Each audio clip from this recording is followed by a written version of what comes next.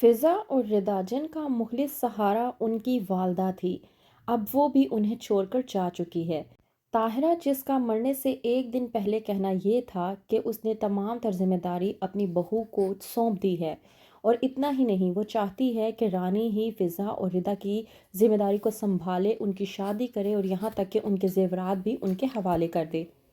वहीं पर दूसरी तरफ रानी जिसने फ़िज़ा और रिदा को अपना असली चेहरा दिखाना शुरू कर दिया है। ड्रामे के नेक्स्ट एपिसोड में आप लोग देखेंगे कि ज़ारून जो समझ रहा है बहुत अच्छे तरीके से कि रानी किसी भी सूरत हाल में उसकी और फ़िज़ा की शादी नहीं होने देगी, इसलिए वो मन घड़त कहानी बनाकर उसे और उसकी माँ को सुनाने की कोशिश कर रही है।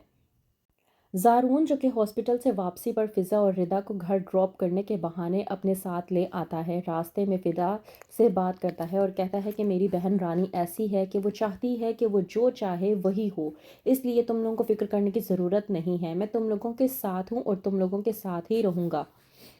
रिदा सारून की ये बात सुनने के बाद थोड़ा सा परेशान हो जाती है क्योंकि वो रानी का असल चेहरा देख चुकी है। वहीं पर फ़िज़ा ये बात सोचने पर मजबूर हो जाती है कि ज़ारून आखिरकार कहना क्या चाहता है।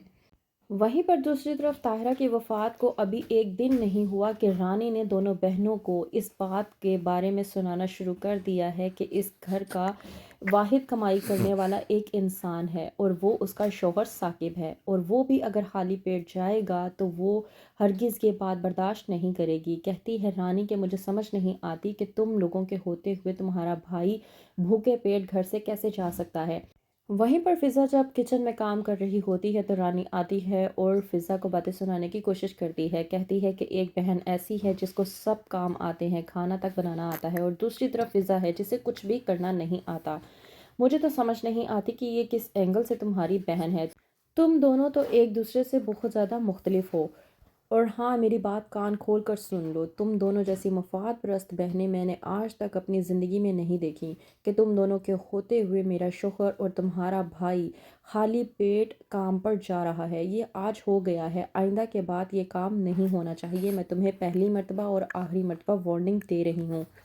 वहीं पर जब अचानक से ताहिरा की तबीयत ख़राब हो जाती है और उसे हॉस्पिटल लेकर जाते हैं तो मालूम होता है कि ताहिरा अब इस दुनिया में नहीं रही। इसी बात पर फ़िज़ा जब अपने भाई साकिब से कहती है कि भाई मुझे लगता है कि आपको पुप्पो को कॉल करके बता देना चाहिए और उन्हें बुलाना चाहिए क्योंकि हमारी बड़ी अब वही हैं। लेकिन ये बात रानी को बर्दाश्त नहीं होती। रानी जो सोचती है कि उसने बहुत ही चालाकी के साथ शहनाज को इन लोगों से बायकॉट करवाया था, वो कितनी आसानी से इन लोगों के साथ मेल मिलाप नहीं कर सकती। इस बात पर रानी फ़िज़ा को बोलती है और कहती है साकिब से कि वो औरत मेरे घर पर कभी नहीं आएगी, और तुम ये बात क्यों भूल जाती हो कि किस तरह से उसने ताहिरा आंटी यानी कि तुम्हारी वालदा को ज़लील ख्वार करके घर से बाहर निकाला था और तुम लोगों से ताल्लुक़ वास्ता ख़त्म कर दिया था। फिर तुम दोबारा उनसे ताल्लुकात बढ़ाने की बात किस तरह से कर सकती हो। वहीं पर दूसरी तरफ ज़ारून जब अपनी वालदा ज़किया से बात करता है कि मेरी शादी के हवाले से आपने फ़िज़ा को लेकर क्या सोचा है, तो ज़किया साफ इनकार कर देती है और कहती है ज़ारून से कि इस बारे में सोचना छोड़ दो क्योंकि ये पॉसिबल नहीं है।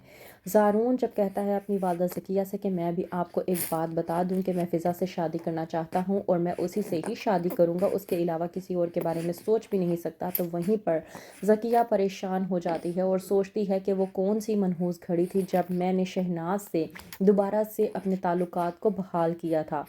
मेरे दोनों बच्चों की खुशियां तो इस ताल्लुकात के ज़ेरे नज़र हो चुकी हैं। तो क्या करेगी ज़किया, किस तरह से मनाएगी अब ज़ारून को, या फिर कर देगी फ़िज़ा और ज़ारून की शादी? क्या होगा आगे, मज़ीद जानने के लिए देखते रहिए ड्रामा सीरियल शिकंजा।